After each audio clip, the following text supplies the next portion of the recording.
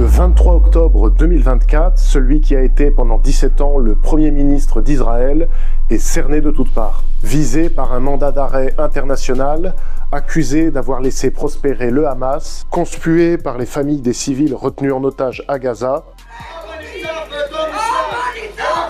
Benyamin Netanyahou est aussi au cœur des plus grosses manifestations de l'histoire de son pays, où des centaines de milliers de personnes réclament son départ. Pourtant, ce jour-là, ce n'est pas aux Israéliens que Netanyahou veut parler. Et notre invité exceptionnel aujourd'hui sur CNews et sur Europe 1, c'est le Premier ministre israélien, Benjamin Netanyahou. Bonjour, Monsieur le Premier ministre. Bonjour, bienvenue à Israël. Alors pourquoi s'adresser aux Français et pour leur dire quoi? Alors que vous l'aimiez ou que vous le détestiez, vous devez réaliser une chose, c'est que Netanyahou est extrêmement doué en communication. C'est même l'un des chefs d'État les mieux préparés et les mieux formés à la prise de parole. Notre victoire, c'est votre victoire. Vous devriez vous intéresser à comment il fait, comment il défend son point de vue et comment il défend l'action d'Israël. Notamment quand Netanyahou s'adresse à nous, occidentaux, et en particulier à nous, Français. Et vous allez voir que rien n'est laissé au hasard. Et avant de commencer, il faut une petite mise au point sur qui est Benyamin Netanyahou. Alors Netanyahou, vous le voyez peut-être comme un ancien soldat devenu ministre ou comme un chef de guerre. Mais sous ses allures d'ex-militaire austère, c'est en fait un expert de la communication. Professionnellement parlant, il a débuté comme directeur marketing dans une entreprise de meubles aux États-Unis. Et il a commencé sa carrière politique en étant chargé de défendre l'image d'Israël à l'international, d'abord aux États-Unis à 28 ans, puis comme porte-parole de l'ambassade israélienne aux États-Unis. Et déjà à l'époque, il se concentre sur le thème de la sécurité et écrit un premier livre, Comment l'Occident peut vaincre le terrorisme. Ensuite, il devient ambassadeur d'Israël à l'ONU. Et c'est à cette époque qu'il installe un studio de télévision chez lui pour s'entraîner. Donc il avait une caméra dans son salon et demandait à sa femme de jouer le rôle de la journaliste et de lui poser des questions. C'est aussi à cette époque qu'il prend des cours de média training avec une femme qui a notamment coaché George Bush fils et Oprah Winfrey. Et ce qu'il faut savoir, c'est que tout au long de sa carrière politique israélienne, qui va commencer les années suivantes, Netanyahou a beaucoup modernisé la communication politique et il l'a aussi beaucoup pipolisé. Il a énormément contribué à en faire un spectacle.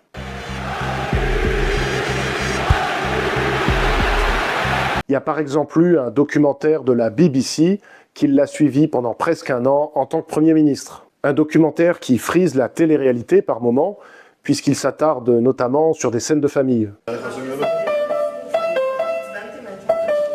Netanyahou a aussi lancé très tôt le premier site web du Premier ministre d'Israël, et il a aussi investi rapidement les réseaux sociaux dans les années 2010 pour avoir un canal de communication direct avec le public, sans intermédiaire, sans journaliste. Si vous voulez connaître la vérité, rendez-vous sur ma page Facebook. C'est là que vous entendrez la vérité. Bon Shabbat à vous. D'ailleurs, il s'est aussi lui-même nommé officiellement ministre de la Communication. Et Netanyahou a toujours pris soin de contrôler son image. Regardez par exemple en 2012 quand il reçoit Vladimir Poutine. Alors si Netanyahou fait accueillir Poutine par sa femme, c'est parce qu'il s'est cassé la jambe quelques jours plus tôt. Et à ce moment-là, il ne veut surtout pas apparaître comme faible face à l'homme de fer qu'est Poutine. Et c'est pour ça qu'il accueille Poutine assis, pour qu'il n'y ait pas d'image de lui avec un problème à la jambe ou en fauteuil roulant. Concernant la prise de parole en public, moi j'aime bien dire que le meilleur révélateur du niveau d'un orateur, c'est l'aisance qu'il a avec le silence. Est-ce qu'il est capable de laisser des silences? Est-ce qu'il est capable de tolérer, de supporter de longs moments de silence pendant ses prises de parole? Et écoutez comment Netanyahou commence son intervention à l'ONU en 2015 pour dénoncer l'accord sur le nucléaire iranien. Il laisse un long silence avant de commencer son discours. Regardez, c'est sans montage, j'ai rien enlevé et rien ajouté.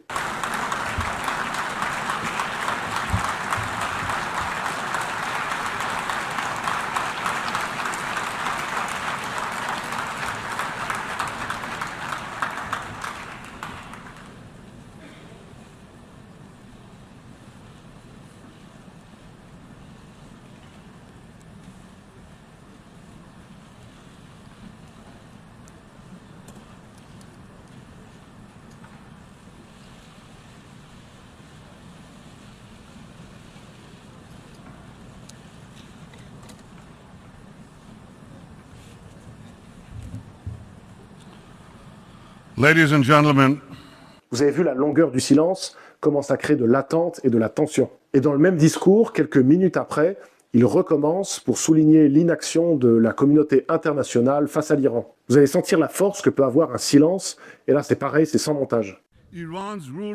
Les leaders iraniens ont promis de détruire mon pays, d'assassiner mon peuple. Et la réaction de cette institution, de presque tous les gouvernements représentés ici, a été de ne faire absolument rien. Silence total. Un silence assourdissant.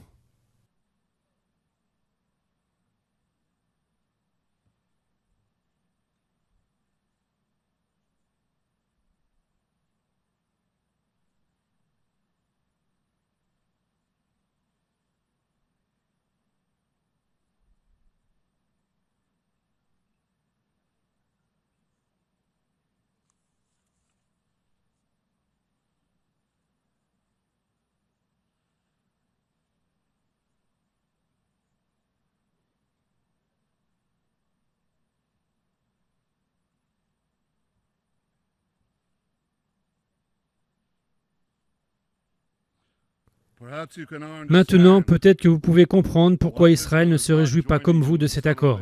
Et quand on s'intéresse à comment parle Netanyahou, notamment pour quelqu'un qui ne parle pas l'hébreu, ce qui saute rapidement aux yeux, c'est sa fougue. Il y a eu plein d'épisodes de la vie politique israélienne où on peut le voir s'exprimer avec conviction. C'est quelqu'un dont on a souvent l'impression qu'il joue sa vie quand il parle. Et ça, c'est tout simplement le fait d'avoir une cause. Qu'on en soit proche ou pas, Netanyahou a une cause qui lui tient à cœur, une vision du monde, une vision de son pays, et une vision qui vient de loin, puisqu'elle est en partie héritée de son père, et c'est une vision qu'il porte depuis des décennies. Et le fait d'avoir une conviction inébranlable, ça ne se feint pas. Et sur son discours, j'ai vite repéré plusieurs techniques pour donner de l'impact à ce qu'il dit, et je vais vous en donner deux. La première, ce sont les parallélismes, les mises en parallèle. Par exemple, Netanyahou dit, c'est une citation, « Si les Arabes déposent les armes, il n'y aura plus de guerre. Si Israël dépose les armes, il n'y aura plus d'Israël. » Autre exemple, Israël utilise ses missiles pour protéger ses enfants, le Hamas utilise ses enfants pour protéger ses missiles. Voyez, par le langage, on crée un parallèle entre deux situations, entre deux groupes, généralement nous contre eux, pour créer une comparaison marquante et facile à retenir. C'est simple, c'est binaire, généralement c'est le positif contre le négatif ou le bien contre le mal. Cette figure de style, il l'utilise beaucoup devant les Occidentaux, évidemment pour les inclure. Par exemple ici, devant le Congrès américain. America's founding document promises life, liberty and the pursuit of happiness.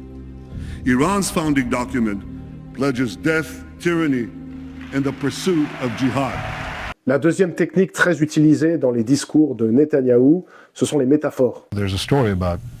C'est l'histoire de deux personnes qui se promènent en forêt, quand tout d'un coup un grizzly surgit et les attaque. L'un des hommes prend la fuite en courant. L'autre lui dit « Pourquoi tu cours? Tu n'iras pas plus vite que le grizzly. » Alors l'homme qui court se retourne et dit « Ce n'est pas l'ours que je fuis, mais c'est toi. » C'est une attitude qu'ont certains en Occident. Ils pensent pouvoir échapper au grizzly du terrorisme en laissant quelques pays se faire dévorer par lui. Le meilleur moyen de faire passer des idées compliquées, c'est de les comparer à des choses simples. C'est quelque chose que Netanyahou utilise beaucoup. Les Arabes aussi sont des êtres humains. Ils ne vont pas se taper la tête contre le mur indéfiniment. Mais s'ils voient des fissures dans ce mur et constatent qu'il est un peu démoli, alors ils vont continuer. Et le monde entier va les aider. Les métaphores ont deux bénéfices. Le premier, c'est de simplifier des sujets complexes. Et le deuxième, c'est d'avoir un discours qui est plus percutant et plus mémorable. Pourquoi ? Eh bien parce que les images s'imposent beaucoup plus facilement à l'esprit que les raisonnements élaborés ou les phrases complexes. Les images sont très efficaces dans le discours, mais on peut les produire autrement que par le langage.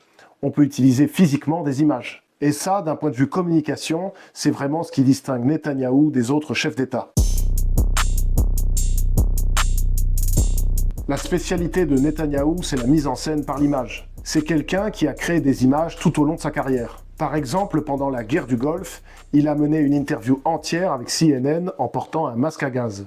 Ça aurait été plus pratique d'attendre quelques heures ou quelques jours que la situation se calme, mais porter un masque à gaz, ça crée une image forte et ça montre visuellement qu'Israël est attaqué. Aussi pendant le Covid, puisque vous savez qu'Israël a été un des pays qui était le plus en avance sur la vaccination, Netanyahou est allé poser à côté de l'avion qui a livré les vaccins. encore une fois pour créer une image, l'image qu'Israël protège ses citoyens et dispose d'un vaccin plutôt que les autres pays. C'est une méthode qu'il utilise fréquemment. Quand il prend la parole, il utilise des images, des cartes ou des schémas. Autant de supports visuels pour appuyer et illustrer ce qu'il dit. Regardez, ça c'est le monde arabe. Je vais poser mes mains dessus pour que ce soit plus clair pour nos téléspectateurs. Je chose du 43. Je pourrais marcher sur cette carte, sur le monde arabe. Voici Israël. Je peux recouvrir le pays avec mon seul pouce. Voilà, comme ça c'est clair. Israël est l'un des plus petits pays du monde. Voilà une carte. Je l'ai présentée l'année dernière ici. C'est une carte qui représente la bénédiction. Israël et ses partenaires arabes. Prenez cette deuxième carte. Elle représente la malédiction. L'arc de la terreur, créé par l'Iran. Donc d'un côté, une bénédiction, un avenir radieux d'espoir, et de l'autre, un avenir sombre de désespoir. Pour ses discours à l'ONU, il a par exemple montré tour à tour des cartes, des photos, des plans. Il a même amené un plan du camp d'Auschwitz. Et en 2012, pour dénoncer le programme nucléaire iranien, il est carrément venu avec le dessin d'une bombe sur lequel il a dessiné en direct une ligne rouge, pour montrer qu'Israël n'acceptera pas que l'Iran se dote de l'arme nucléaire. On est loin des discours ennuyeux des autres chefs d'État. D'ailleurs, cette mise en scène, ça marche. Regardez le moment où il sort les cartes, on voit que c'est le moment le plus revisionné de la vidéo, donc ça capte bien l'attention. Un autre moment où Netanyahou a bien capté l'attention des Occidentaux, c'était pendant un discours à Munich. En plein discours, il a brandi un morceau de drone iranien qui avait été abattu au-dessus d'Israël. Et il a directement apostrophé le ministre iranien des Affaires étrangères. I brought it here so you can see it for yourself. Mr. Zarif, do you recognize this? You should. It's yours. Il y a une autre opération de communication sur laquelle il faut qu'on s'arrête parce qu'elle va encore plus loin. En 2018, Netanyahou tient une conférence de presse devant des journalistes du monde entier. Et c'est un moment parfaitement orchestré. Pour sa présentation, il s'appuie sur un grand écran. Son exposé commence par ces mots, écrits en énorme, noir sur blanc, « L'Iran a menti ». Iran lied. Big time. Et ces mots restent affichés pendant plusieurs minutes. Netanyahou explique comment les renseignements israéliens sont arrivés à la conclusion que l'Iran poursuit bien son programme nucléaire, avec des preuves à l'écran, ou en tout cas présentées comme telles. Et l'écran, ça permet quoi ? Bien, c'est comme un documentaire. Avec un écran, le spectateur fournit le moins d'efforts cognitifs possible. L'écran, ça l'aide à imaginer, à mettre en image, à se représenter ce qu'on dit. Parce que, encore une fois, on retient mieux les images. D'ailleurs, il vous rappelle pas quelqu'un comme ça, debout, sur son estrade, avec sa présentation ? An iPod, a phone, and an internet communicator. On est plus proche de la conférence TED que de la conférence de presse classique. Mais il ne s'est pas arrêté là. Au bout d'un moment, Netanyahou se dirige vers un rideau noir. Et d'un geste théâtral, il fait tomber le rideau, révélant une armoire avec des dizaines de classeurs. Des milliers de pages de documents subtilisés à l'Iran qui montrent que le pays cherche toujours à obtenir l'arme nucléaire. Et d'ailleurs, qu'est-ce qu'on remarque sur ces classeurs ? De quelle couleur ils sont ? Ils sont noirs, ok, mais ils sont aussi verts et rouges avec une étiquette blanche. Et ça rappelle le drapeau de l'Iran. Et c'est évidemment fait exprès. Puis Netanyahou se dirige vers un deuxième rideau obscur. On remarque l'effort de mise en scène avec la révélation de ce qu'il y a derrière le rideau. C'est une mise en scène dramatique, comme au théâtre ou comme dans pas mal de jeux télé, où il y a un peu ce suspense, mais qu'est-ce qui se cache derrière le rideau ? Monsieur le joueur, monsieur le seigneur, il prend le rideau ! Et il a raison ! Le jeu est petit sac de billes d'une valeur de 55 francs. Oui, j'ai fait une comparaison avec le Big Deal. Et on découvre une deuxième armoire avec des dizaines de CD. Des CD que Netanyahou présente comme des données numériques volées à l'Iran et qui prouvent la même chose. Encore une fois, vous voyez la volonté de jouer sur le pouvoir des images. D'ailleurs, écoutez bien le bruit des appareils photo quand ils dévoilent les deux armoires. And here's what we got. 55,000 pages. Another 55,000 files on 183 CDs.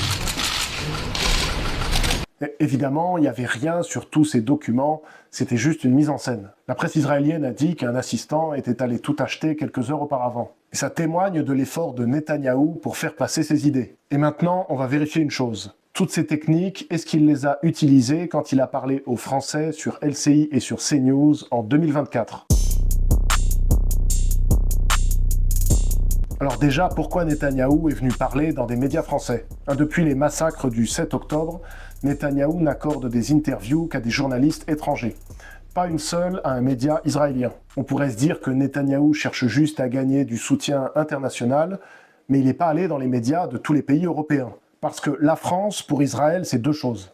D'abord, c'est le deuxième plus gros exportateur d'armes au monde, et ça, en temps de guerre, ça joue. Et accessoirement, c'est le pays d'Europe qui compte encore le plus de personnes juives. Puis on peut aussi ajouter que c'est un membre permanent du Conseil de sécurité de l'ONU. Et c'est probablement le premier aspect qui a primé. Si l'opinion publique française devient trop hostile à Israël, alors l'État français va rechigner de plus en plus à vendre des armes à Israël. Et là, ça devient une question de défense nationale. Alors la stratégie de Netanyahou quant au discours à tenir aux Français est simple. Il s'est dit que, pour les Français, le conflit israélo-palestinien, c'est un conflit qui est lointain, qui est complexe et auquel ils ne comprennent pas forcément grand-chose. Donc pour lui, il fallait à la fois simplifier le conflit et nous impliquer dans le conflit. Alors pour simplifier le conflit, il utilise ses techniques habituelles. Il a sorti une carte. Que ça ne soit pas une menace pour Israël. Regardez la carte ici du monde arabe en vert. Israël, c'est ce petit point rouge, je ne sais même pas si vos caméras peuvent le voir. Il a utilisé des parallélismes. Vous savez, c'est ces formules avec les fameuses mises en parallèle. Notamment une formule qu'il a beaucoup utilisée depuis le 7 octobre. Et c'est une formule qui dit « Pour Israël, chaque enfant mort est une tragédie. Pour le Hamas, chaque enfant mort est une stratégie. » Ça, c'est un élément de langage qu'il a beaucoup répété. Chaque fois que je vois un enfant ou une femme ou un civil innocent mourir, pour nous, c'est une tragédie. Mais pour le Hamas, c'est une stratégie. Il a aussi utilisé des métaphores et des comparaisons avec des choses qui sont familières pour nous. Par exemple, la Deuxième Guerre mondiale. C'est comme le procès de Nuremberg lors de la Deuxième Guerre mondiale. C'est comme si on mettait De Gaulle et Winston Churchill face au commandement allemand, les traiter de la même manière. Lorsqu'on va à Rafah, c'est l'équivalent du débarquement en Normandie. C'est l'équivalent de 8000 morts français en une journée. Monsieur le Premier ministre, nul ne diminue l'atrocité de ce qui a été commis le 7 octobre. Nul ne diminue l'atrocité de ce qui a été commis le 7 octobre. Mais je viens d'entendre votre comparaison avec le débarquement en Normandie. La grande différence, c'est que Gaza n'est pas votre terre. Il a aussi fait une comparaison avec l'affaire Dreyfus. Alors moi, je me souviens d'un procès absurde en France, et Émile Zola n'a pas attendu la décision de justice. Il a dit « j'accuse directement ». Et c'est ça que j'attends du président français aujourd'hui. Cette stratégie de faire des comparaisons et de parler de ce que les Français connaissent, il ne l'a pas fait seulement avec des éléments du passé ou des éléments historiques. Netanyahou a convoqué des exemples beaucoup plus proches de nous dans le temps pour nous impliquer dans sa guerre. Et il nous dit « au fond, on se bat pour vous. Nous sommes alliés ». D'ailleurs, Netanyahou le dit littéralement. Il répète plusieurs fois, et en français dans le texte. Je l'ai dit et je le redis. Notre guerre, c'est votre guerre. Notre victoire, c'est votre victoire. Et notre victoire est votre victoire. Il a dit la même chose aux Américains sur Fox News. Our fight is your fight, and our victory is your victory. Et vous pouvez remarquer que ça ressemble beaucoup au discours que tient un autre pays, l'Ukraine. L'Ukraine aussi dit aux Européens et aux Américains « Notre guerre est aussi la vôtre. On se bat pour vous. » Aujourd'hui, la France se bat avec des armes et non avec des personnes. Pour sa protection, pas seulement pour ses valeurs, pour la démocratie, pour la liberté, pour sa protection physique. Et Poutine ne s'arrêtera pas avec l'Ukraine et ira plus loin. Ce sera une guerre avec des troupes au sol. Lorsqu'il s'engagera dans une guerre avec les pays de l'OTAN, les États baltes, ou la Pologne, ou n'importe quel autre pays, alors la jeunesse française devra sans aucun doute prendre les armes et se battre pour se protéger l'OTAN. Ça aussi, c'est quelque chose qu'on retrouve beaucoup dans le discours israélien. C'est l'idée que notre ennemi ne s'arrêtera pas à nous. L'ennemi viendra vous frapper, vous, ensuite. Notre bataille, c'est votre bataille. Une fois qu'ils en auront fini avec nous, ils viendront directement chez vous. Ce n'est pas parce que l'Iran nous menace, nous.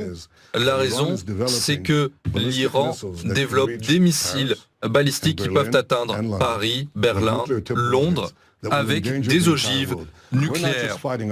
Donc ils se préparent à attaquer le monde entier. Moi je dis qu'ils vous mettront aussi, vous, en danger, car ils l'utiliseront pour faire du chantage aux États-Unis. C'est ce que l'Iran veut. L'Iran veut conquérir le Moyen-Orient, puis l'Europe, et vous intimider avec des armes nucléaires. Sous-entendu, aidez-nous parce qu'en faisant la guerre, on vous protège. C'est Israël qui sera responsable de la sécurité, non seulement de la nôtre, mais de la vôtre aussi. Parce que des terroristes pourraient aller frapper l'Europe. L'Iran veut conquérir tout le Moyen-Orient et ensuite attaquer l'Europe, la France, faire plus du terrorisme que vous connaissez. La seule chose qui les empêche, c'est Israël. Netanyahou nous dit, nous avons en fait le même ennemi et vous aussi, vous en avez été victime. Il cite des exemples de victimes du terrorisme islamiste qui ont marqué les Français, par exemple le Bataclan, Samuel Paty ou le père Hamel. Ce n'est pas seulement notre problème, vous avez eu des choses horribles avec le professeur Paty, le père Hamel. Égorgé dans son église, vous avez eu les massacres du Bataclan, les massacres à Nice, les attaques à Toulouse. On les combat en votre nom. Ils ont décapité un professeur en France. Dominique Bernard. Deux professeurs. Le professeur Paty. Et ils ont tué un prêtre français, le père Hamel, dans son église. Et il y a eu le Bataclan en France, et Toulouse, et Nice. Ces gens-là vous tueraient tous s'ils le pouvaient. Quelque chose de plus osé aussi, Netanyahou ne nous dit pas seulement que nous avons les mêmes ennemis, il nous dit aussi que nous faisons les mêmes erreurs. Puisque Israël est très critiqué pour le nombre énorme de victimes civiles, Netanyahou va jusqu'à dire que l'armée française, elle aussi, parfois, tue des civils. Au Mali, les forces françaises ont ciblé les commandants terroristes et ils ont accidentellement bombardé un mariage. Et il y a eu trois terroristes morts et il y a eu énormément de morts civiles. C'est une tragédie, c'est quelque chose qui se produit dans la guerre, mais je ne dirais pas que Macron est un criminel de guerre, je ne dirais pas que l'armée française a fait ça exprès, et nous ne le faisons pas non plus. Et là, Netanyahou va sur un terrain encore plus glissant, celui de la guerre des civilisations. C'est un peu, au fond, on est pareil, on est dans le même camp. Excusez-moi, mon français n'est pas si précis, mais j'ai dit, notre victoire, c'est votre victoire. Notre victoire, c'est la victoire d'Israël contre l'antisémitisme, c'est la victoire des civilisations judéo-chrétiennes contre la barbarie, c'est la victoire de la France. If we lose here, you lose here. Si nous perdons ici, vous perdez ici. Si nous gagnons ici, vous gagnez ici. Et votre victoire. Nous ne combattons pas seulement pour nous, mais nous combattons pour vous aussi. C'est une guerre de civilisation contre le barbarisme. C'est l'Occident judéo-chrétien contre les barbares, sous-entendu les musulmans. Et il va plus loin en faisant une comparaison perverse avec les banlieues. Et sur CNews, il nous dit « Imaginez si vous aviez le Hamas en banlieue parisienne. » Que ferait la France si, dans les banlieues de Paris, il y avait 20 000 soldats, 120 000 roquettes qui tirent sur Paris et sur les autres villes. Bien sûr que vous agiriez. Vous avez ces terroristes qui sont chez vous et vous devez imaginer que si vous construisez un État terroriste, non pas à des milliers de kilomètres de Paris, mais dans la banlieue, à côté de chez vous, est-ce que vous pensez que ça créerait la paix? Donc non, on doit se débarrasser du Hamas. Et l'idée de banlieue islamiste n'est évidemment pas choisie au hasard. Ça fait écho à des fragilités et des tensions qui existent bien dans la société française. Il ne faut pas oublier que cette interview a été préparée avec Meir Habib, qui connaît bien le contexte français et les divisions présentes en France. Et ces interviews de Netanyahou sur des chaînes d'information françaises, ça montre très bien pourquoi il est très doué en communication. C'est de 1, parce qu'il a toujours la volonté d'adapter son discours à son interlocuteur. Et de 2, c'est un discours qui joue sur l'intuition et sur la réflexion instinctive. Il parle à la partie de notre cerveau qui est pressée et paresseuse, avec des idées extrêmement simples et faciles à comprendre, des images fortes et des comparaisons qui jouent sur des émotions primaires comme la peur ou le rejet. Certains diront que Netanyahou est un génie politique qui se donne corps et âme pour défendre Israël face au monde qui ne comprend pas le tragique de l'histoire juive. D'autres diront que Netanyahou est un manipulateur assoiffé de pouvoir et prêt à toutes les tactiques pour faire oublier les crimes de guerre et les violations du droit international commis par son pays. D'autres, enfin, se diront que c'est peut-être un peu des deux.